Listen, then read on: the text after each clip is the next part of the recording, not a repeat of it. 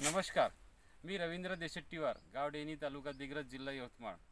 सुभाष पाळेकर कृषी शेती सन 2025-26. आपण आज 20/11/2025 माझ्या शेतामध्ये पोपई 15 नंबर गावरानी पोपई हे आता खाण्यासाठी तयार झालेला माल आहे. आपण मार्च महिन्यामध्ये लागवड केलं होतं. आता हे पोपई खाण्यासाठी तयार झाला आहे. या पोपईला आपण सुभाष पाळेकर कृषी शेतीची जोड दिलेली आहे आणि पूर्ण काही निर्विष्ट आपण गाईच्या शेण आणि गोमूत्रापासून आपण वापर केलेला आहे. आता पोपई हे गावरानीमध्ये मोडते हे पोपई, आणि पोपईचं वजन सुद्धा आपण पाहणार आहोत.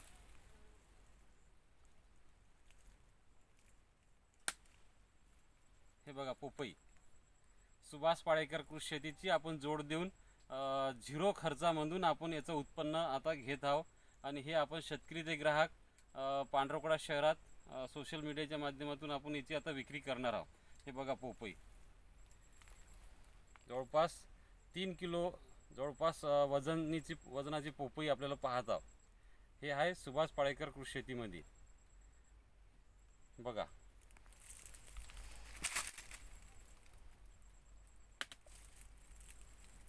बघा, हे जवळपास 2 किलोच्या वर पोपई आहे.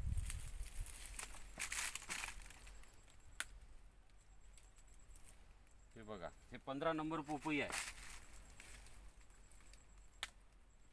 शेतकरी ते ग्राहक आपली विक्री होणार आहे पांढरकडा शहरात. नॅचरल पद्धतीने पिकवलेली पोपई सुभाष पाळेकर कृषी शेतीची जोड देऊन कोणतेही कृषी निर्विष्ट कृषी केंद्रातून विकत न आणता सर्व काही गावरानी गाईचं शेण आणि गोमूत्रापासून आपण याचं उत्पन्न घेतलेलं आहे.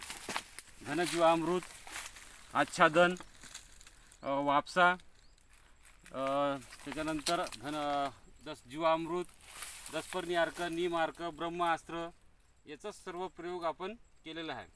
बघा, पोपई आता जवळपास 5-6 कॅरेट माल आपलं निघणार आहे.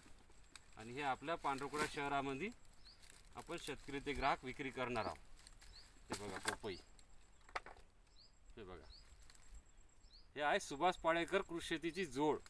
तेव्हा शेतकरी बांधवांनी आपणही आपल्या शेतामध्ये कोणतंही कृषी निर्विष्ट कृषी केंद्रातून विकत न आणता गावरानी गाईचं शेण आणि गोमूत्रापासूनच जे पाळेकर सरांनी फॉर्म्युले सांगितले आपल्याला, त्या फॉर्म्युलेच्या आधारावरच आपण शेतीची जोड द्यायची आहे. तेव्हा आपला शेतकरी बिगर कमी खर्चामध्ये चांगल्या प्रकारे उत्पन्न घेऊन आणि स्वतः शेतकरी ते ग्राहक या संकल्पनेतून विक्री केलं तर 4 पैसे आपल्या शेतकरी बांधवांना मिळणार. तर बघा, पोपई. धन्यवाद.